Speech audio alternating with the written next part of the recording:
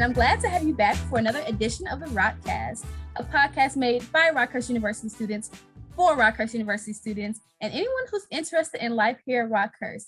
I hope you're having some fun in the sun on campus. So we're just going to talk about a little things that we're going to be talking about on today's podcast.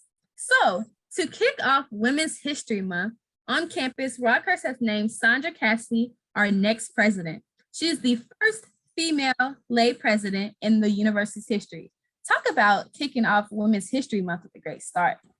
Off campus, I'm pretty sure you all have heard about the conflict between Russia and Ukraine's presidents, Vladimir Putin and President Zelensky. So we're going to discuss Ukraine and how it's viewed by students. Finally, in our last episode, we talked about our reactions to the Black History Month panel that was hosted by the BSU, where we had Black-owned businesses in the KC area. So we're going to give an update about that and how the rest of the activities went last month. But first, let's introduce our cast on today. Talk about your name, hometown, major, year, and the best thing about spring on campus. Hello, everyone. My name is Damian Hood. I am from the Kansas City area, and my major is psychology with a minor in criminal justice. And I am a junior here at Rockhurst University. And the best thing about spring here on campus is, quite honestly, just the sun, specifically the sun. I really don't like the cold, like, at all. Like, when it's cold, I'm always bundled up with like too many layers, and I don't like wearing multiple layers. So, yeah. Hello, everyone. My name is Sydney Truesdale. I am from St. Louis, Missouri. I am a senior here at Rockhurst. I'm a nursing major, minored in Spanish. My favorite thing about spring on campus specifically is got to be the tulips. Hate to be basic like that, but it is just so beautiful.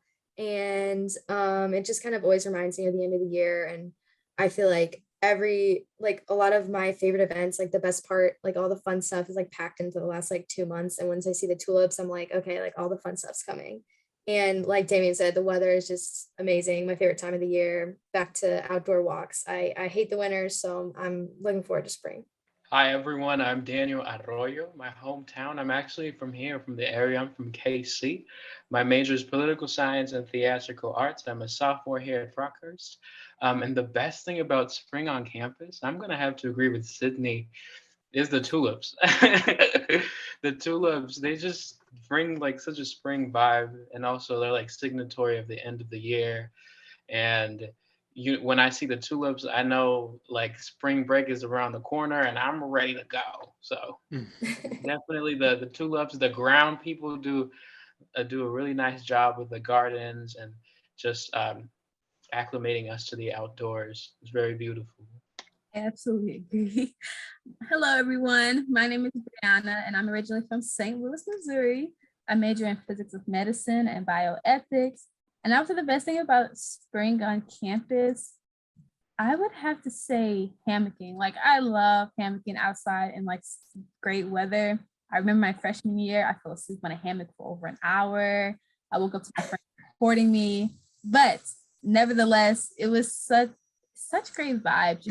You can read, like, you're seeing people on campus too. I feel like in the spring semester, everyone comes out of their little holes.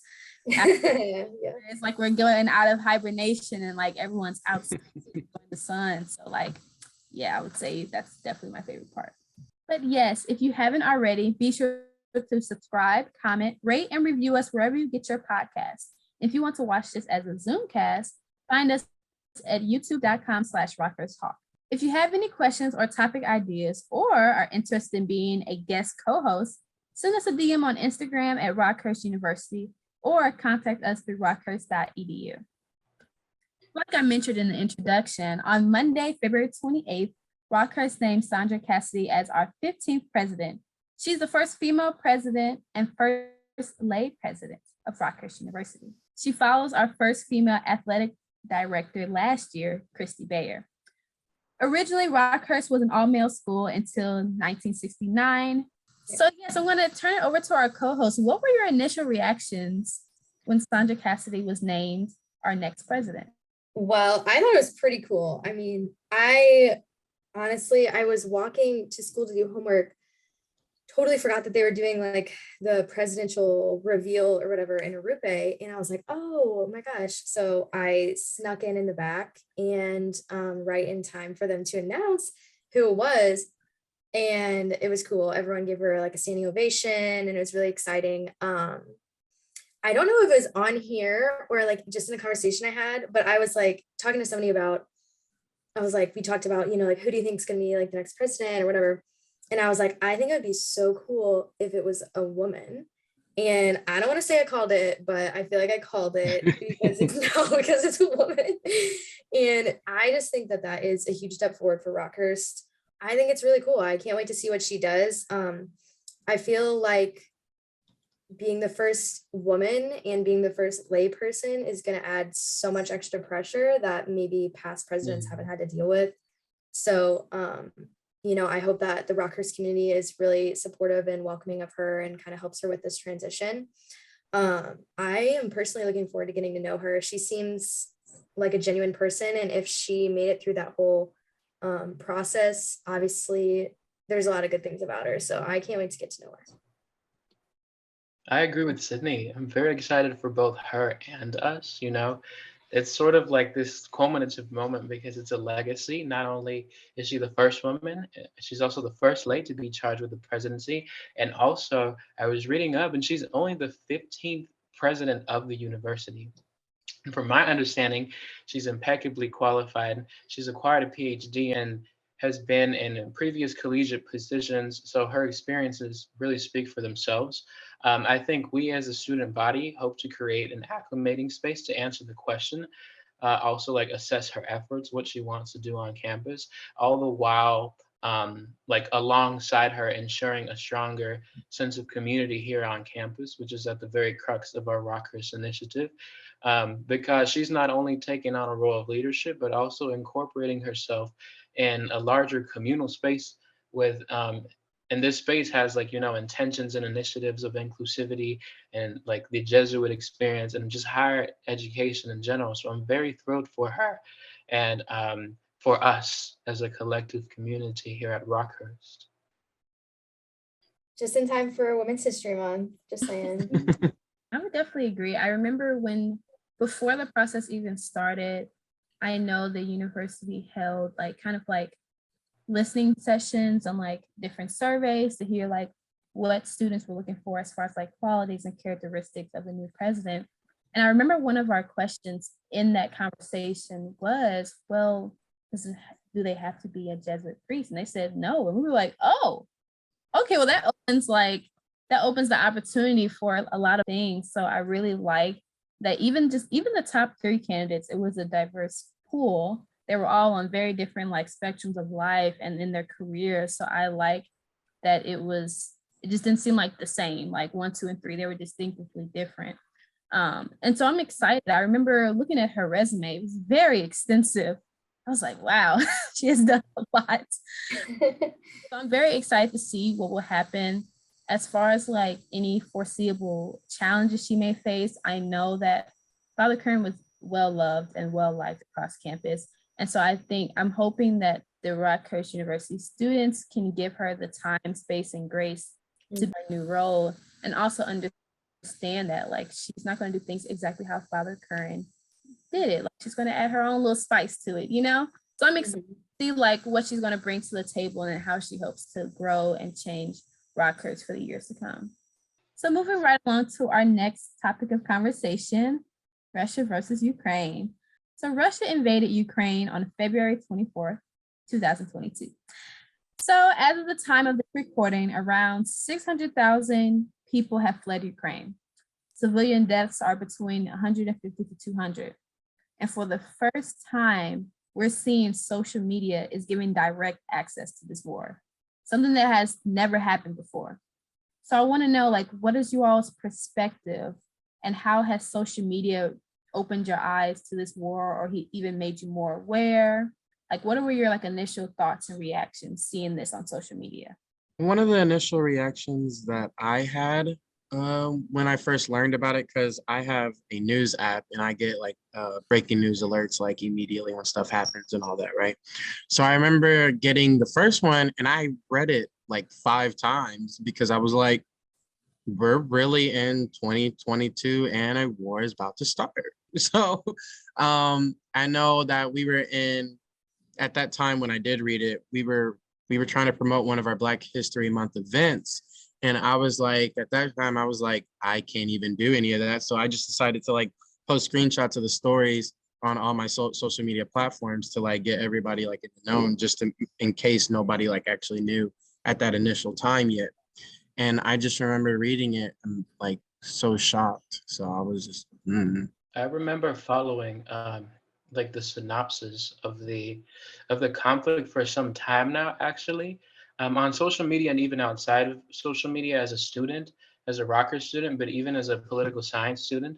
I am a political scientist and someone who's studying the science of international issues. And I'm actually enrolled in a course now, which is called International Relations and Organizations. And we have been following the conflict for some time now. We've dedicated time in class for it to be a case study. And we've analyzed its various intricacies, like its very behavioral shifts and like the different events that have gone and taken place. And specifically, we're assessing the international initiative. So like what the President of the United States has done, the Allied forces, the United Nations, NATO, the European Union, among a plethora of other state-based and individualistic efforts that we're studying, which are now attempting to wrestle down the invasion and the military positioning of Russian troops in what is called a sovereign state. So this is where we've been hearing on social media and online, this is where the economic sanctions and the monetary funds and the supplying of weaponry comes into play. And I'm saying this to say, because social media has been at the crux of it, media in general, but social media has been very insightful in highlighting the atrocities, the horrific parts, the reporting of the situation in general, but it has also brought things to light. For example, several people of Ukraine, as all of us have heard, are currently leaving Ukraine, and so are many of the African residents of Ukraine. But what we don't know and what social media highlights are things like this. African refugees have faced racism at Ukraine borders. That and also sectors of the media are so bolted and so shocked by the situation in Ukraine and have expressed things like, this is not Latin America, this is not Iraq, this is not Iran, it's Ukraine, a European nation state. How can this be possible? And that is blatant racism. And that is ethnic discrimination that targets the brown diaspora. And we don't often talk about it like that. But that is completely intolerable. But it would not have been noted had it not been for the social media advocates and the coverages that many of us at Rockhurst frequent or visit. And I'm saying all that to say, because I'm very passionate about the conflict in itself, as a political scientist, and I can speak on it forever with much fervor. But as far as us as students, most students go on about our quotidian and collegiate life, hearing things here and there and spreading the word at Rockhurst or to our loved ones or for those who are in leadership positions. All of us here on this panel right now who are hosting, all of us are members, if not on executive boards for associations and organizations, whether that be on or off campus. But the initiative to aid begins with the care for the person, which is a Rockhurst core value, and more broadly is an Ignatian way of nurturing, is an Ignatian way of what good people do. So what that means is that just as the actual happening of war is affecting real humans, real Ukrainians with real lives, and on the other side of the globe, the incentive to be of help also starts with real humans who lead a real life like us. So as far as us as Rockhurst students, following it on social media, we can always reach out to our favorite NGO. We can always donate, share Father Curran's letter. Father Curran spoke on it not too long ago. Bring awareness where awareness is not brought. That is what we are to do. And we are equipped to do all of these things. And this is a very important and culminative moment in our history, not only because it's relevant and it's been relevant for many years, but because we are living through it now. Yeah, that was, I don't know how to follow that. But I mean, my answer compared to what you just said, but I was shocked. I mean, like, it's just crazy to think about, as much as I'm like gonna like it, the war is like playing out on my TikTok and like on my Snapchat and like in my like, I listen to like Daily Drive on Spotify, and sometimes they have like news at the beginning, and then I listen to that, and it's like I've been hearing the buildup for whatever months or whatever, and then like the day that it finally happened, and it's one thing to hear about it and to be like, oh, it's just another war, it's just another horrible thing that's happening in our country or our world, but like seeing the firsthand videos, like something about that and seeing that on social media, like seeing the lives of people being affected has really made a difference, like you were saying, Daniel. And I don't know, it's really horrible. I just can't even think about it. And some of the stories I've heard of, you know, families being separated at the border, and just like the humanitarian crisis of all those people fleeing to different countries of, you know, around the world, and trying to just leave and not being able to leave because so many people are leaving, and videos of like the bombing. And I can't imagine. I mean, I've never lived through something like that, you know, like or at least in my experience in this country, I've never been to war, I've never been around war. And for those people, like that's been their life, because I mean, Russia invaded Ukraine in what was it, 2014 also. So I feel like they have just had a horrible time, and I can't imagine the terror, the fear, and just like the amount of like unknown I would feel if I was there. I definitely agree. I know I heard about it for some time, and I feel like as far as like having like basis knowledge of like what's going on and what happened, that's something that I had to look up, learn, read. But as far as like on the social side of like how it's directly like affecting families, people, that's what I saw through social media. So I definitely believe that like it's definitely a balancing act of having both of those outlets to look to. I remember seeing like videos of fathers pretty much, you know, having to separate from their children and wives. And it was very disheartening to watch. And then the responses from even some men in Ukraine who want to leave, but they can't. And so it's really disheartening to see it in front of your face and like on your phone. It's something that I want to say, honestly, I want to say that this is something of surprise to me, but I think history has shown us enough that like anything is possible. Like we're seeing problems and conflicts that has happened decades ago, and they somehow always show up in our today and in our future. So honestly, when I look at like things that happened like decades ago, like I would say like it is possible that this could happen. And so we're seeing like this war on our phone, and it's disheartening, but it's also like, okay, what do we do now? You know, what do we do next? And I really do appreciate Father Curran's letter. And as Daniel mentioned, I think it's so important to raise that awareness and increase others' knowledge around you. I really like the fact that we're not just acting like it didn't happen, or we're acting like it's not happening right now. And I think it's so important for people to know that the United States, whether you like it or not, is not a bubble. No country, anyways, is a bubble. Like we all have impacts on one another. So just because it's not happening to us, quote unquote, or just because it's not happening in the United States does not mean that it's not going to affect the United States. So when we talk about trade, oil, gas, we can get into all of that. Like that's a major impact. Like war can have a major impact. So it baffles me when people say, oh, well, you know, like it's disheartening, it's sad, I see it on social media, but at least it's not happening here. It's like, what? Like, so it's so many different avenues that this conversation could go. But like, I would say like those are like my like initial thoughts and reactions on like the war and things of that nature. But I do want to ask a follow-up question.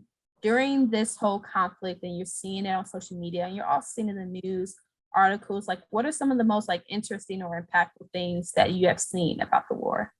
I actually saw a TikTok the other day that was really striking to me. This, I don't know if it was a Ukrainian official or someone on the news was reading a statement from a Russian soldier that he had just texted to his mom like a couple hours before he was killed. And they were sent into the war with the understanding that, you know, they were told, he was like 18, 20 years old, and they were told that the Ukrainian people were going to be welcoming them. And he was like, I don't know what's going on. Like, what are we doing here? Like, this is, you know, this is horrible, mom. Like, I want to come home. Like, I miss you. And his mom is like, you know, I wanted to send you a care package. Like, what are you doing? And that's when he was like, we shouldn't be here. Like, this is horrible. And then a couple hours like after that, he was killed. And I feel like that's just so heartbreaking, because on both sides, it's just innocent loss of life, and for no reason, like just for no reason at all. Yeah, I saw that. I saw that same reporting. I read it in an article. I didn't read it on TikTok or see it on TikTok. But I think for me, other than the fact that like the invasion, like the escalation breaches international law, I think hearing or like watching videos of the shelling, you know, we've been hearing that word like shelling, like throughout, like pouring throughout the media. The shelling and the invasion affecting and reaching innocent civilians. And also, you know, the fall of the Soviet Union or whatever, you know, when Ukraine becomes its own independent sovereign state, however many years ago, I think it was 1991, Ukraine oversees its own accords, and now it has like interaction with its own players, and it's now an independent nation state. You would think that because like such brutalities are happening, the Ukrainian people would be like completely vulnerable. And they are, but the efforts, like watching people aid President Zelensky, you know, all over media as being painted as a hero, just watching the aid around Ukraine, and you know, like the hashtags pray for Ukraine, is always very admirable, because I mean, we've seen war in different instances with different groups of people at different times in our history, and this is not the same. And at the time, we didn't have the same reaction towards it. You know, some wars in some instances have been overlooked in matters of history. But watching this now, playing real time in 2022, y'all, like in front of our noses, like we open TikTok, we've all been saying TikTok, Instagram, you know, Facebook, like it's all there in front of us. This is crazy. It's crazy. Yeah, I just want to talk about the advertising of the war. Something like a little off topic. I'm watching a movie for one of my assignments in psychology of film class, whatever it's called, that class. And it's called Lady Bird. And there was a quote from the main character when she was driving with her mother, going to high school, college, wherever she was going. And it was, I'm sorry, I didn't have anything to live through. And the mother's reaction is like, oh, what do you mean? You've been through stuff. You're going through stuff right now. And she's like, I haven't had any big event to go through. And it's like when she said that, and I just like had to pause the movie, because now that I'm thinking, I'm like, I'm actually going through quite a bit of big issues that have been going on in my life. And I'm like, not just this war specifically, but just like the past 10 years specifically has been like a lot that we've been through. And seeing the advertisements, like Daniel said, like on Instagram, TikTok, and everything, it's like we still even get to see some of the same ways of advertising the event as the and in history. Like we're seeing athletes do it. One athlete in soccer, after he scored a goal, like went to the camera and even wrote "No more war, please." Excuse me. No more war, please. We're seeing basketball players line up because of one of the players being actually being from Ukraine, having Ukraine nationality. I hope I said that correctly. Ukraine nationality, and everybody's like standing side by side on the court, in silence for a few minutes just to show the solidarity of the event. We're seeing Ukraine ambassador. Actually, one of the things I was wanting to mention is Ukraine ambassador to the US will be among the guests for President Biden's first State of the Union. So hopefully, if you're not informed enough, you tune into that and you can get more informed of what our involvement in this war would be or would look like or is going to be. So it's just heartbreaking that this is even going on. It's just like, oh goodness. I'm seeing, sadly, I hate to say that, like I'm even seeing like jokes and memes still about this. Like there's still like a lot of memes about it. And one of them is being like, oh, if we had this such and such president, he'd be able to stop it. And it's like, when you think about it, it's like, sometimes you see that some presidents, some people in power actually didn't help or wouldn't help, but it's just crazy. I know when you guys were talking, I think two things came to mind. One of which, when we were talking about social media, I remember like there was this guy and he was kind of explaining what was happening, and it was like, it looked like chaos on the streets. And you hear these bomb sirens, and it literally gave me like goosebumps. Like I was just like, wow, like they're real time, like going through it. And like I'm over here in the comfort of my room, and like you're seeing all these people going through that. It was really, I don't know, it was really gut wrenching. And I would say, as far as like seeing media's response to it, not necessarily like seeing like the inside look, but like how the media is responding to it.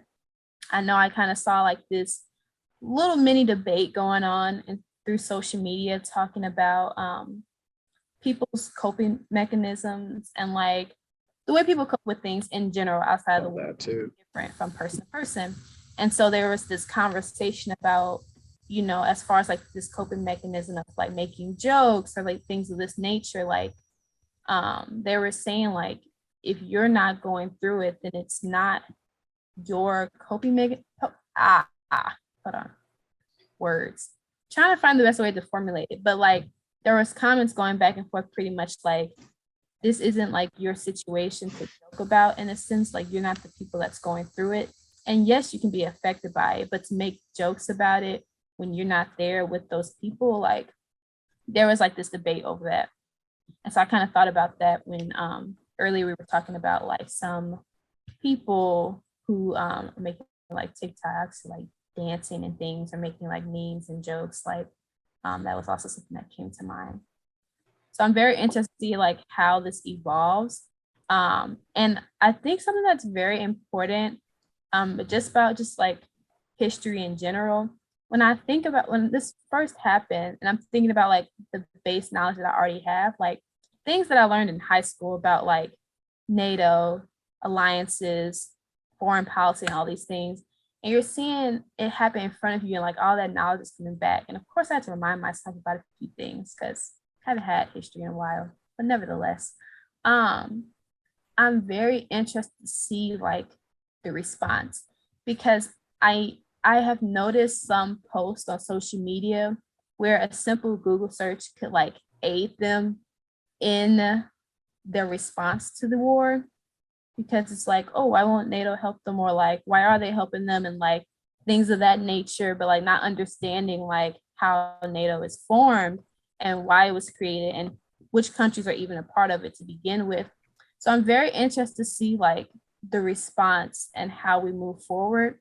I definitely think this is a conversation that could like definitely go across another episode, because within the next 2 weeks, especially after spring break, there could be something completely different happening, or like this story is going to evolve even more.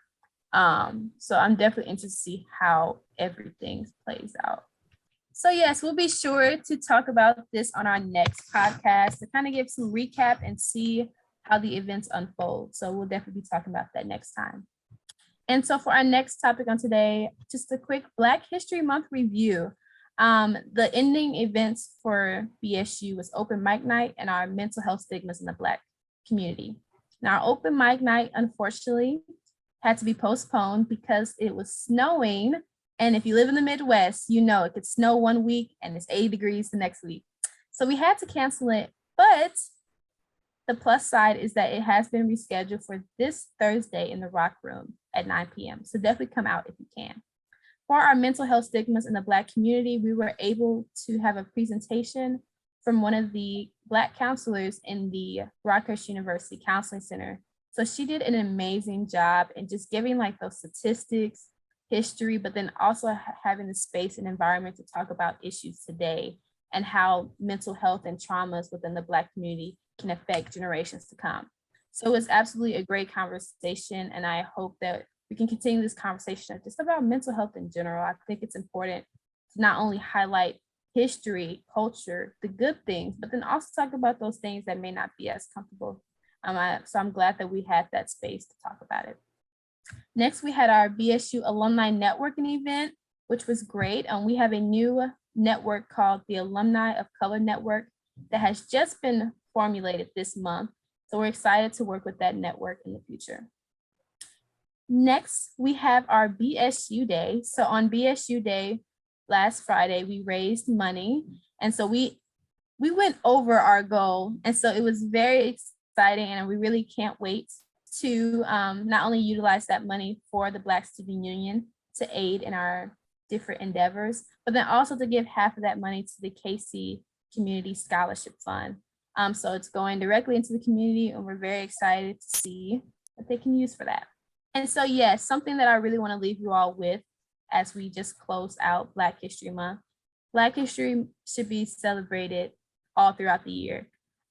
We really urge everyone to make sure you have that mindset, make sure you have that space and that environment to learn more, to be open to learning more, to being an ally, not for 1 month, but throughout the year.